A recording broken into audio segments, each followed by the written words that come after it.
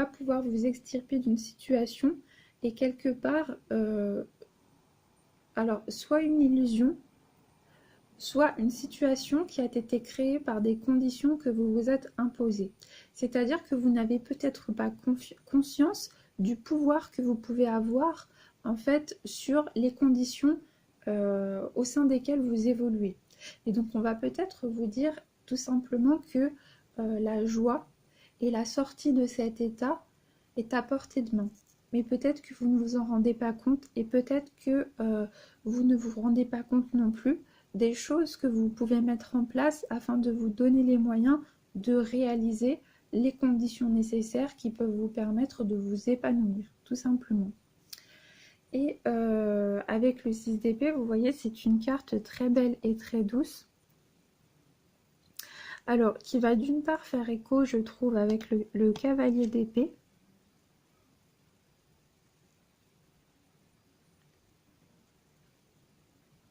Parce que nous sommes dans les deux cas, en fait, dans une dynamique de mouvement. Donc, dans les deux cas, nous sommes dans les airs. Et dans les deux cas, nous avons des animaux ailés qui sont représentés.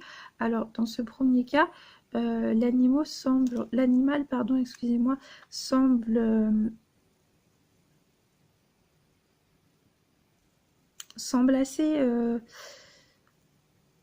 assez peu distingué, en fait, dans le sens où nous ne savons pas s'il s'agit d'un cygne, s'il s'agit d'un canard ou s'il s'agit d'un corbeau. Et peut-être qu'il s'agit des trois à la fois. Et avec cette carte-ci, nous avons un cygne qui est représenté en pleine ascension. Vous voyez, derrière, nous pouvons voir le soleil. Et ici, nous pouvons voir des corbeaux. Et j'ai l'impression qu'ici aussi... Attendez, je vais regarder de plus près. Il y a différents oiseaux qui sont présents, mais peut-être que vous voyez, nous avons quelques oiseaux qui représentent également des corbeaux. Et nous avons cette idée, vous voyez, de s'extirper, de s'arracher à un contexte qui pouvait être mortifère, à un contexte qui pouvait insinuer en nous une atmosphère de lourdeur, de pesanteur, quelque chose qui nous bloquait et qui nous ramenait globalement vers une situation où nous étions empêtrés par, je dirais, le poids que cela nous insufflait et la façon dont cela nous impactait. Et donc, je pense qu'il va y avoir cette idée, alors tout d'abord de s'extirper, comme je viens de le signifier, de cet état, mais également le fait comment dirais-je? Tout d'abord, le fait de s'alléger, donc de s'alléger du poids de cette situation, et de se rendre compte en fait de la beauté à laquelle nous aspirons et qui est à portée de main à partir du moment où nous trouvons en nous-mêmes les ressources et les conditions qui vont nous permettre de réaliser ce que l'on souhaite. Et j'ai l'impression, vous voyez, que l'on va retrouver cette idée d'équilibre avec le fait que ici, vous voyez, nous avons, alors il s'agit d'une femme. Oui, c'est bien une femme qui est endormie sur le dos d'un cygne. Et ici, sur le cavalier, eh bien, nous avons un homme qui se situe dans une position d'action. Et donc, si vous voulez, pour moi, il y a aussi cette idée d'équilibre entre le fait de trouver la complémentarité dans ce qui va nous amener à pouvoir réaliser nos actions, c'est-à-dire le temps de repos, le temps que nous accordons à notre repos et le temps que nous accordons au fait de passer à l'action. Et il y a aussi cette idée, ce rappel que justement pour pouvoir persévérer à travers le temps, conserver une certaine régularité, une certaine rigueur et une certaine constance, il est nécessaire d'avoir cette juste répartition, je dirais, du poids des choses, tout simplement. Voilà. Mais pour moi, vous voyez, le fait que cette femme soit endormie sur le dos d'un cygne, on a aussi cet équilibre entre le féminin sacré et le masculin sacré. C'est-à-dire par le féminin, cette capacité passive que nous avons à réceptionner les émotions afin de les féconder, voilà, pour faire exalter, émerger notre créativité, notre potentialité. Et ici justement, ce masculin qui va représenter cette dynamique d'action et d'un personnage qui va tout simplement faire aboutir et faire prospérer les potentialités en germe que nous avions contenues à l'intérieur de nous. Voilà. Donc ce sont deux très belles cartes et j'ai cette impression aussi, si vous voulez, qu'on va pouvoir nous parler, alors avec le 6 de coupe. Alors attendez, oups.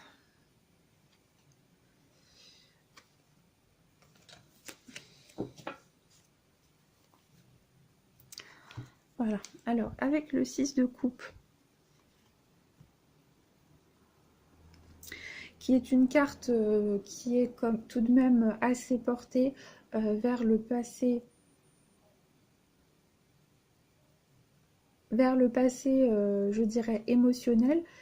Nous avons peut-être cette idée d'une situation qui va venir s'apaiser et qui va venir s'alléger suite à une décision qui va être prise de rétablir un dialogue. Alors, il peut s'agir, si vous voulez, j'ai l'impression qu'il peut également s'agir d'une personne de votre passé qui peut revenir vers vous. Soit c'est vous qui allez décider de revenir vers une personne de votre passé, soit c'est une personne de votre passé qui va peut-être faire la démarche de ce retour vers vous. Alors, si cette personne ne matérialise pas concrètement cette idée qu'elle porte en elle de souhaiter revenir vers vous, je pense que cela peut être probable dans les jours ou dans les semaines, mais dans un terme relativement court, hein, dans le futur proche en fait, mais peut-être que une personne de votre passé va y penser aujourd'hui parce que nous sommes aussi dans le domaine de l'esprit. Et donc je pense qu'il peut y avoir présent à l'esprit eh bien cet aspect justement de retour vers un passé qui nous a peut-être été favorable de par le sentiment d'apaisement qu'une personne pouvait suggérer chez nous. Alors peut-être qu'une personne s'est éloignée de vous par incompréhension ou par, je dirais, manque de maturité, parce que peut-être que vous faisiez des reproches à cette personne par rapport à certains aspects que vous souhaitiez voir évoluer en cette personne, mais pour son bien à elle, parce que votre perspicacité, si vous voulez, a permis de percer à jour peut-être des choses dont cette personne ne se rendait pas compte elle-même. De toutes les façons, nous ne sommes jamais lucides par rapport à notre propre situation, dans le sens où il est tout à fait plus normal et évident de percevoir chez les autres les choses qui pourraient leur être favorables ou qui leur sont défavorables parce que tout simplement nous ne sommes pas impliqués émotionnellement à travers une situation ou une relation. Donc lorsque l'on n'est pas impliqué émotionnellement à travers une relation, eh bien, il est relativement facile d'avoir une perspicacité d'esprit qui nous permette d'avoir une vue claire, distincte et étendue, je dirais. Donc voilà, peut-être qu'on va nous parler du retour, voilà, d'une personne de votre passé, ou du fait qu'une personne de votre passé commence à penser justement à ce retour vers vous, mais peut-être aussi que cette personne qui fait abruptement irruption dans votre vie va souhaiter tout de suite concrétiser et matérialiser des choses qui n'avaient pas été possibles antérieurement.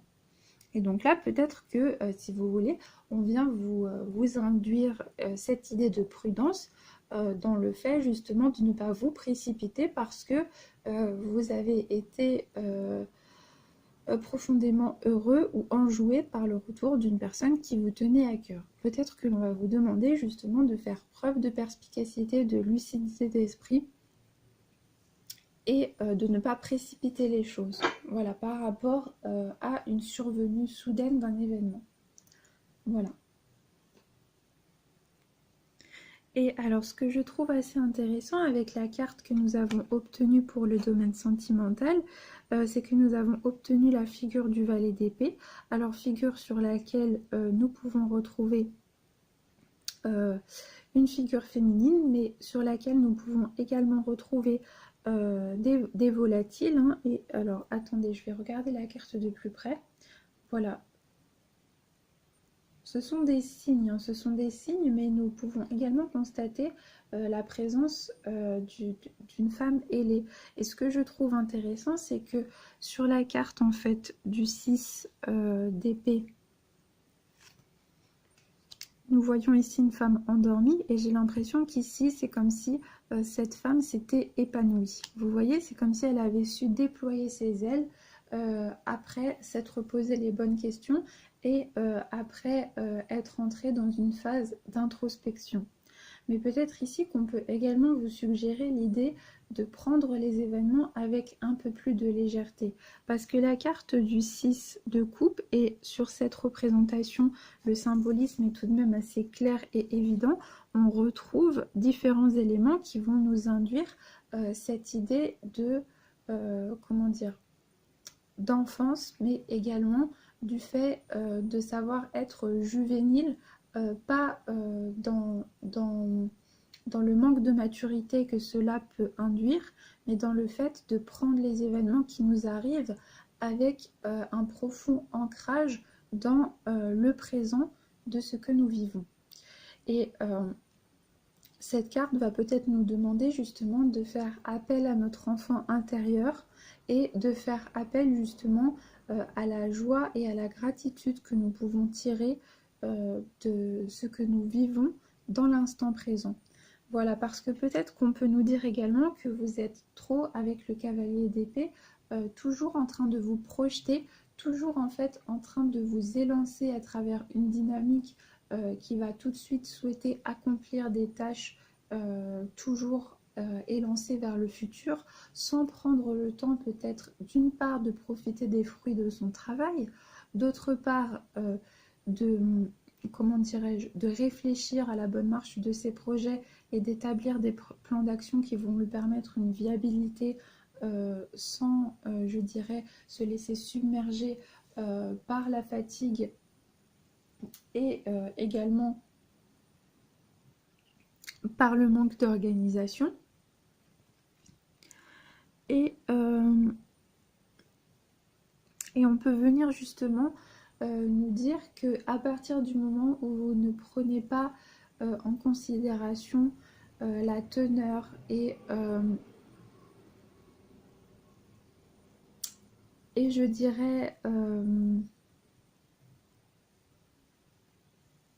la teneur et l'immensité que porte en soi le temps, et plus précisément l'instant à travers lequel nous vivons le temps, eh bien vous ne pourrez jamais être ancré concrètement dans un sentiment de plénitude et dans un sentiment d'achèvement. Et alors il y a une phrase dans la Bible qui dit qu'il y a un temps pour tout. Et peut-être que c'est ici ce que va venir vous induire. Alors, je le répète, je l'ai déjà exprimé dans dans quelques vidéos que j'ai pu faire auparavant, pardon. Et je le répète encore une fois, il m'arrive très souvent de faire appel à mes ressources spirituelles pour venir développer l'intuition que je peux avoir pour construire un raisonnement qui va être attaché à une carte. Le fait que j'emploie ces ressources spirituelles ou que je fasse appel à ma propre spiritualité ne signifie en aucun cas un carcan ou un raisonnement figé à travers lequel vous êtes obligé de vous identifier. Donc je l'ai déjà dit auparavant, je suis de confession chrétienne, mais je suis absolument comment dire, dans une dynamique d'ouverture par rapport à la spiritualité et la religion au sein desquelles peuvent évoluer les personnes qui sont autour de moi. Et donc il n'y a absolument aucun souci, d'accord? Vraiment, ne prenez pas cela comme un enfermement, mais prenez peut-être ces références comme des potentialités de transcender peut-être la dualité en essayant de voir ce que ces éléments peuvent vous évoquer à vous et ce que ces éléments... Ah, excusez-moi, c'est mon téléphone qui s'est mis à sonner. Décidément, à chaque fois que nous faisons une vidéo, nous sommes dérangés par des facteurs extérieurs. Je suis désolée. C'est de ma faute, j'aurais dû éteindre mon téléphone. Donc je suis désolée, je vous demande pardon. Et donc, comme je vous disais, il m'arrive très régulièrement de prendre pour référence en fait des éléments qui sont également d'autres traditions spirituelles et pas spécialement en fait de la tradition chrétienne, tout simplement parce que je trouve très important de s'ouvrir à l'autre et de réaliser sa foi à travers une dynamique d'ouverture. Et je trouve que l'on n'apprend jamais mieux sur soi-même que lorsque l'on est confronté à un autre que soi-même. C'est-à-dire que lorsque par exemple nous pratiquons une foi et que nous sommes au sein d'un pays dont la foi principale n'est pas celle-ci, eh bien la différence en fait qui va venir être apportée par cette autre culture et cette autre religion va également pouvoir nous en apprendre énormément sur nous-mêmes. Et c'est ce que je trouve très intéressant. Donc je ne suis absolument pas figée en fait dans un carcan dogmatique qui serait un frein en fait à une dynamique d'ouverture, absolument pas. Donc je le répète simplement rapidement parce que je trouve que cela est important et que je ne souhaite absolument pas que vous vous formalisiez ou que vous estimiez que parce que je fais référence à tel ou tel ancrage spirituel, à telle foi, eh bien je suis dans une dynamique d'enfermement et que cela constitue pour vous un carcan à travers lequel vous devez vous identifier. Alors vraiment, absolument pas. Voilà, vous avez votre spiritualité, votre religion, et ce que je dis est simplement le reflet de ma personne.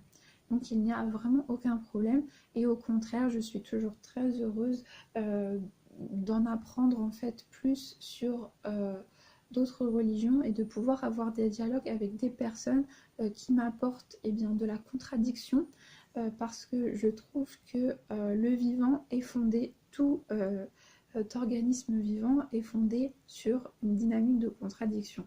Alors évidemment, je n'ai pas le temps de développer, puis je ne suis pas ici pour ça, ça n'est pas le sujet, je ne suis pas ici pour entamer un débat philosophique sur l'altérité et la contradiction. Donc je vais me recentrer sur les cartes, mais voilà, l'idée principale est tout simplement que vous compreniez qu'il n'y a aucun problème avec la différence et que cela n'est pas parce que je parle d'une tradition spirituelle en particulier qu'il s'agit d'un enfermement ou qu'il s'agit d'une obligation ou d'un carcan dogmatique. Voilà, c'est simplement ce qu'il faut en retenir. Et donc on va avoir cette idée, si vous voulez, de savoir s'ancrer dans le moment présent et de savoir être présent à soi-même, d'être conscient tout simplement de l'unité qui nous relie à la réalité extérieure. Et il y a des personnes, vous savez, qui vivent sans cesse à travers la spéculation. C'est-à-dire qu'à peine ont-ils achevé une tâche, qu'ils sont déjà en train de se projeter dans d'autres tâches. Et parfois même, en même temps qu'ils sont en train de réaliser une tâche, ils sont en train de penser à une autre tâche. Et donc, il est évident qu'ils ne peuvent pas réaliser pleinement une tâche qu'ils sont en train de faire, puisqu'ils sont déjà en train de penser à la suivante. Donc ils ne sont ni présents à eux-mêmes, ni présents à leur tâche, et ils ne peuvent jamais, si vous voulez, profiter d'un sentiment d'achèvement, puisqu'ils sont perpétuellement en train de se projeter vers autre chose. Donc ils ne sont jamais présents à eux-mêmes. Et si vous avez tendance à être cette personne et à agir de cette façon, on va peut-être vous suggérer le fait que le fait de ne pas être présent à vous-même vous fait tout simplement passer à côté de l'immensité de ce que l'instant vous propose. Et peut-être que vous passez à côté de la qualité de cette présence à vous-même, de la qualité de ce que vous offre votre vie et de la joie et la plénitude que vous pourriez tirer si vous vous centriez sur cet instant présent et sur ce temps qui se donne à lui-même. Voilà. Et on a aussi cette idée, vous voyez, alors je ressens vraiment... voilà, il y a deux choses en fait qui m'ont rappelé à l'onirisme, au rêve et je dirais à cet aspect de plénitude que l'on peut tirer du temps en fait que l'on va s'accorder à soi et à travers lequel nous allons pouvoir flâner et nous allons pouvoir tout simplement profiter du temps qui passe. Ce sont tout d'abord cet aspect très enfantin que nous avons sur la carte du 6 de coupe avec cette idée de jouer. Vous voyez là nous avons une petite fille qui...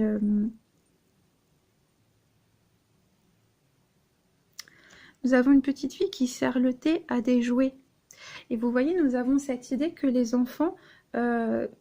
lorsqu'ils jouent à un jeu, par exemple, lorsqu'ils jouent à la dinette, lorsqu'ils jouent à servir le thé, lorsqu'ils jouent à leur jeu, tout simplement, ils ne jouent pas, ils créent leur réalité. Ils se persuadent de ce qu'ils vivent. Et ils ont cette faculté, je dirais, que les adultes oublient bien souvent, de profiter de l'instant présent à travers un détachement total qui nous permet tout simplement d'habiter l'instant. Et les enfants ont aussi quelque part cette capacité créatrice par rapport à leur réalité. Et donc peut-être qu'on va vous demander de vous rappeler du pouvoir que vous avez par rapport à vos conditions de vie. Et c'est aussi de cela en fait dont on nous parlait avec le cavalier d'épée, en nous demandant peut-être éventuellement de nous affirmer par rapport à notre vérité intérieure et en nous demandant quelles sont les conditions à travers lesquelles nous voulons évoluer, parce que nous créons quelque part notre propre réalité.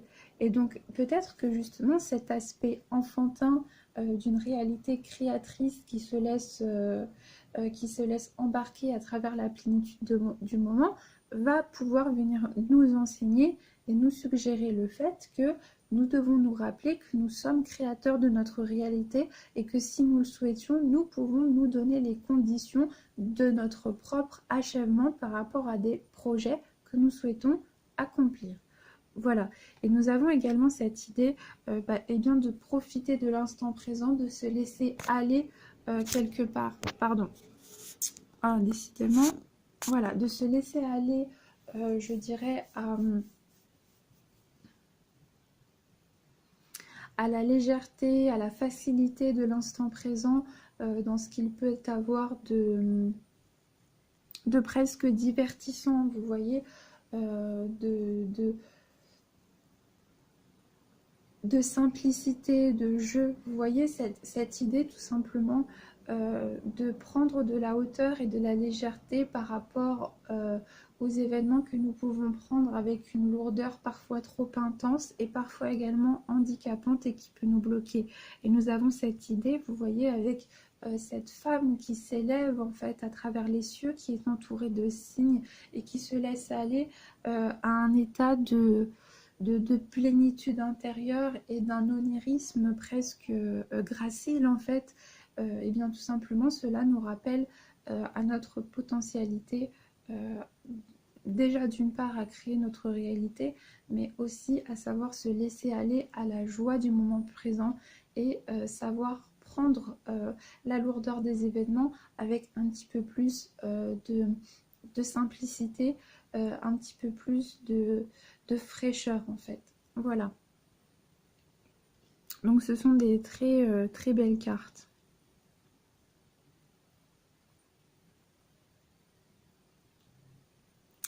Et on peut aussi justement venir nous demander de nous...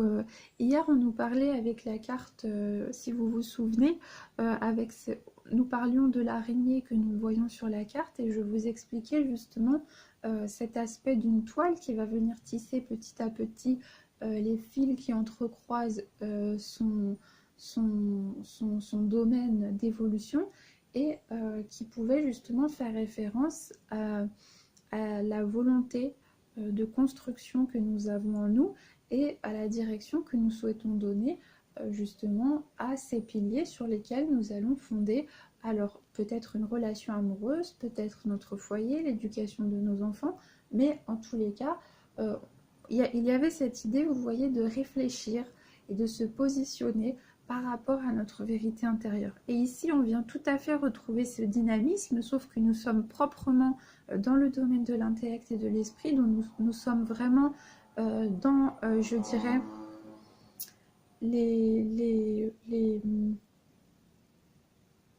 dans l'actualité en fait que ce dilemme peut nous suggérer.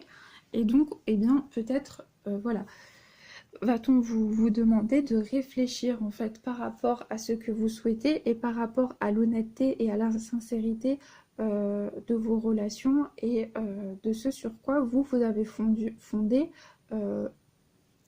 votre équilibre émotionnel. Et vraiment avec cet aspect également qui va venir toucher à la couleur, au violet, qui va nous parler de cette noblesse de caractère, de cette noblesse qui va être liée aux émotions que nous portons en nous et qui vont définir nos actions. On a vraiment cette idée, si vous voulez, d'agir avec honnêteté, d'agir avec sincérité et d'agir vraiment en fonction de notre vérité intérieure. Donc c'est peut-être... une journée où vous allez pouvoir vous questionner en fait par rapport tout simplement à la viabilité des différentes relations qui vont venir toucher à l'affect, voilà, et que vous entretenez. Et on peut nous parler proprement dans le domaine sentimental, alors soit d'une part de puiser les ressources dont on a pu bénéficier par rapport à nos expériences antérieures pour ne pas reproduire les mêmes erreurs et pour être plus aguerri et avoir un jugement plus perspicace par rapport, je dirais, à ce qui ne nous convient plus et ce que nous souhaitons entreprendre dans notre vie sentimentale. Et on va également nous parler de sincérité, d'honnêteté et du fait, je dirais, de ne plus tergiverser par rapport à ce que nous subissons et qui n'est plus en harmonie avec notre vérité intérieure. On a aussi cet aspect de ne pas se mentir à soi-même, vous voyez, de prendre des décisions en conscience, en âme et conscience par rapport à sa vérité, à son honnêteté et à sa sincérité. Voilà. Et il est possible également qu'il y ait éventuellement un retour d'une personne du passé.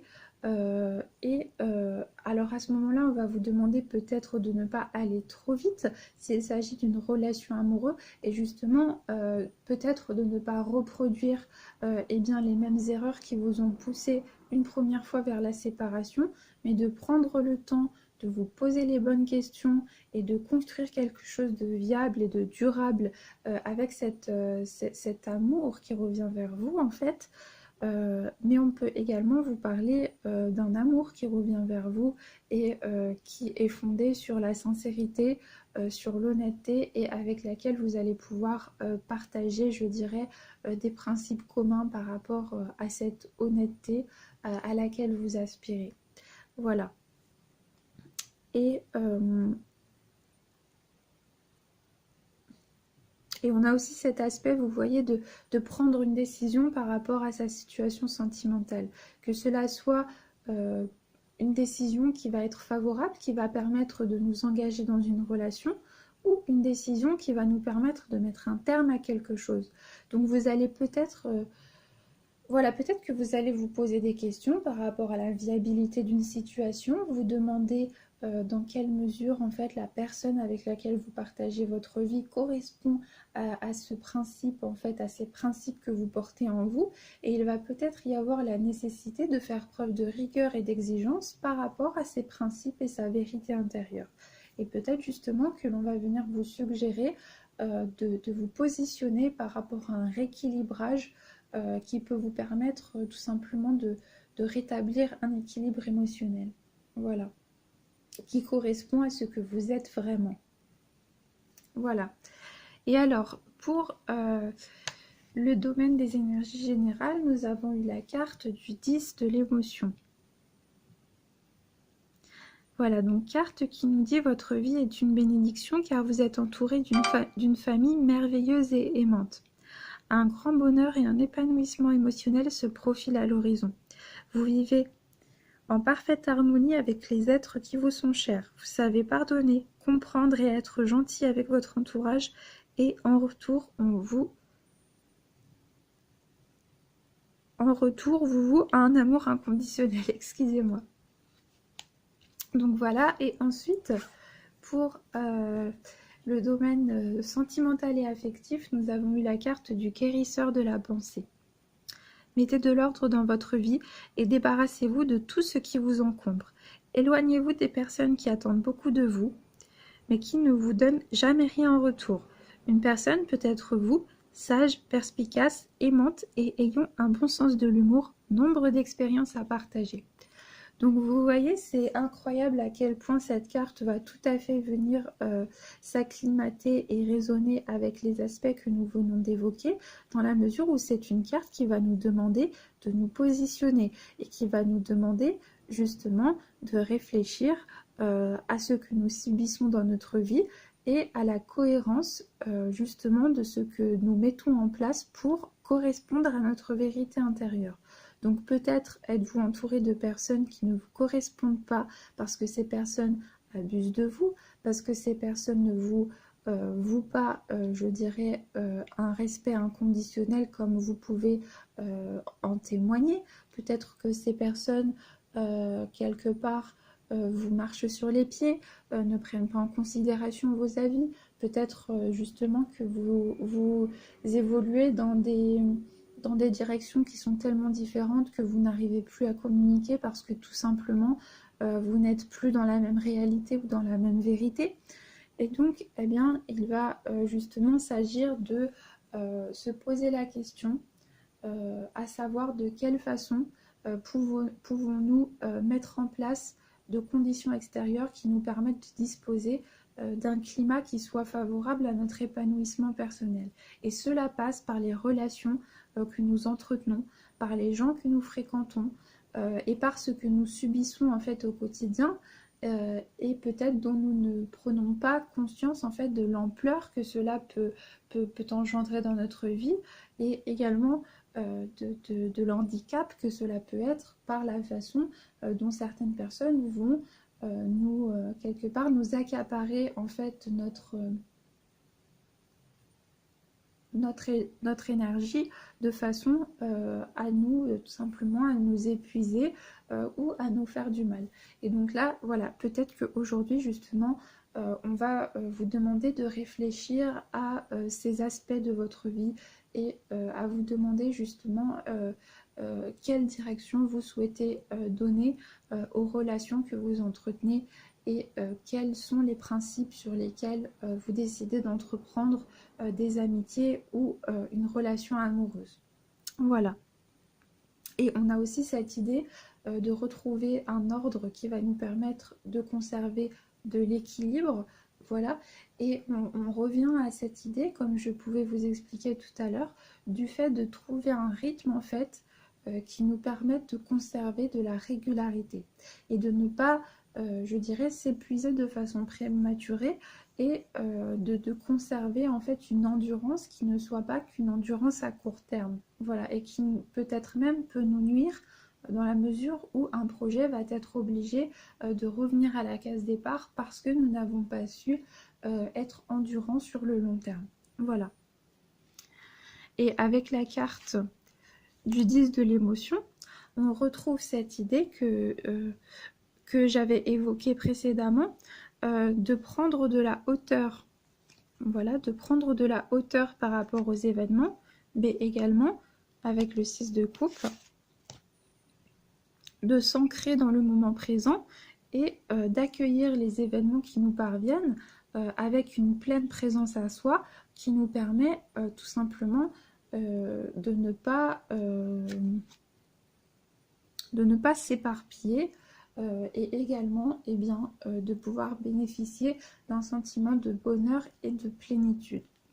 Voilà, et c'est une carte qui va peut-être justement vous demander de faire appel à votre clairvoyance par rapport peut-être à de la chance que vous pouvez avoir dans votre vie, mais qui vous est devenue en fait tellement récurrente et tellement quotidienne qu'elle en est banale et vous n'y faites plus attention. Et cette carte justement va venir vous demander de vous rendre compte de la richesse de la répétition, de la richesse en fait de l'attention et du soin que des personnes peuvent nous prodiguer au quotidien et de la chance que nous avons de pouvoir bénéficier de la constance émotionnelle et du soutien de personnes qui nous accompagnent et qui sont prêts à nous aider. Et parfois nous avons tort justement de négliger cette constance et ce quotidien et nous ne nous rendons pas compte en fait du trésor que cette attention quotidienne et que cet amour en fait qui nous entoure représente. Voilà. Et alors en dos de deck du tarot des anges gardiens, alors excusez-moi, je vais prendre la carte. Nous avons eu la carte du 3 de la pensée. Voilà. Vous êtes entouré d'anges gardiens, prêts à penser vos blessures et à vous réconforter. La tristesse que vous ressentez va peu à peu disparaître et vous réaliserez que ce que vous avez vécu vous a aidé à grandir sur le plan spirituel. Pardonnez aux autres et pardonnez-vous à vous-même. Envisagez l'avenir avec joie.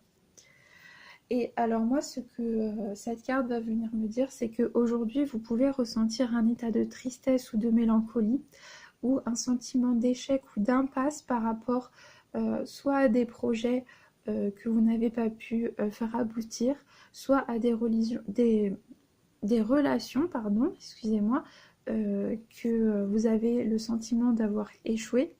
Et cette carte vient tout d'abord vous assurer que la tristesse que vous traversez va être éphémère, que cela n'est pas un état éternel, et également que vous pouvez donner une direction à la réalité au sein de laquelle vous évoluez et que vous pouvez donner un autre regard aux émotions que vous subissez et que vous vivez. Comme je l'ai déjà dit dans des vidéos précédentes, l'échec n'en est pas un. L'échec n'est un échec que par la direction et par le sens que nous allons conférer aux événements qui nous sont arrivés.